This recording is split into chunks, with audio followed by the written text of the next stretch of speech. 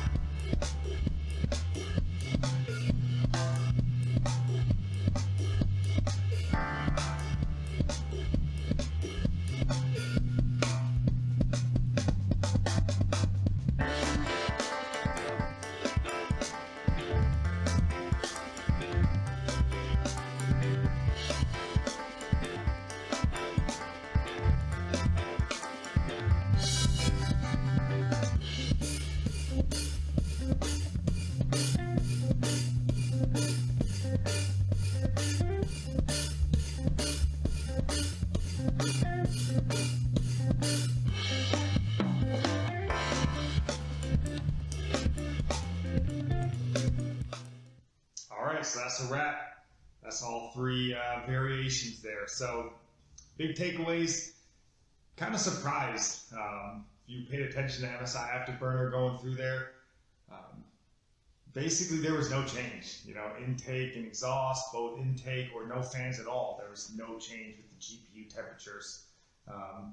Stayed right about that 83 to 84 degrees. So that's pretty shocking. I definitely expected to see some sort of change. But something that you may have caught if you were watching, like I said, there's real no change with as far as the GPU temperature, but when we ran this with no fans, if you notice the CPU temperature on there, it spiked pretty high. For the fans installed either of the 2 ways, the CPU temperature was around high 40s to low 50s or something like that.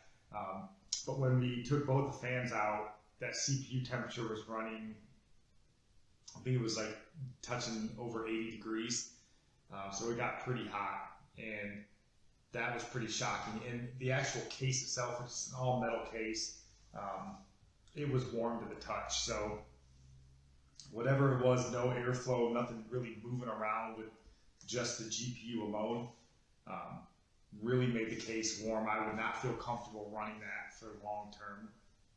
And one other thing to note that I wasn't touched on, with the Heavens benchmark, for every run that we made, I left Heavens benchmark running for about 30 minutes, 20 to 30 minutes before we actually started the benchmark. So, the GPU was warmed up.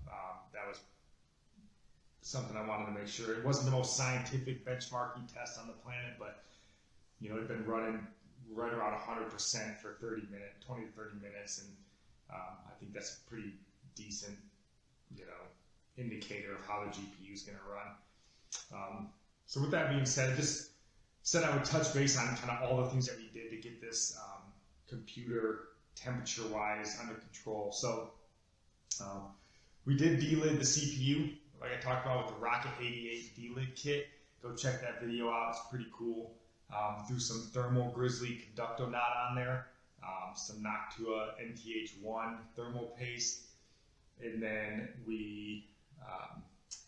I threw in 2 40mm fans right here, and then 1 80mm fan on the front, which is sitting right over top of the CPU cooler, which is a Noctua LH9i, I believe. So doing all that, when I tested the CPU during Cinebench through multiple runs, before we added all this stuff and delidded the CPU, it was hitting over 100 degrees Celsius on the first run. It was just crazy hot. But now after the delid, the fans, everything, I also undervolted the CPU. I think it's running right now at about 1.095 volts. All that, we actually brought the temps down to where you see them now. I mean, it's in a game, it's running at 40 degrees Celsius. Cinebench, through multiple runs, it barely touches over 80 degrees. So because of that, we were actually able to overclock this. I got it overclocked to 4.5 gigahertz right now. I could push it higher, but the performance is good right now. And this is actually my gaming rig. So I use my Ryzen 9 for my content creation, but when I want to game, this is what I use, things of these. So hope you guys enjoyed the video. I don't know if it cleared up anything. I think ultimately the takeaway is it doesn't really matter. Just have fans, get airflow in there. I think that's the big takeaway. So please like this video, subscribe to the channel. I'll have links to my Patreon site. If you guys care to contribute, that would help me out greatly. But then also there are links for eBay and Amazon, my affiliate links. If you want to just do some shopping through there, that would directly support the channel as well, and that would be super helpful. But anyways, hope you guys enjoyed it. God bless.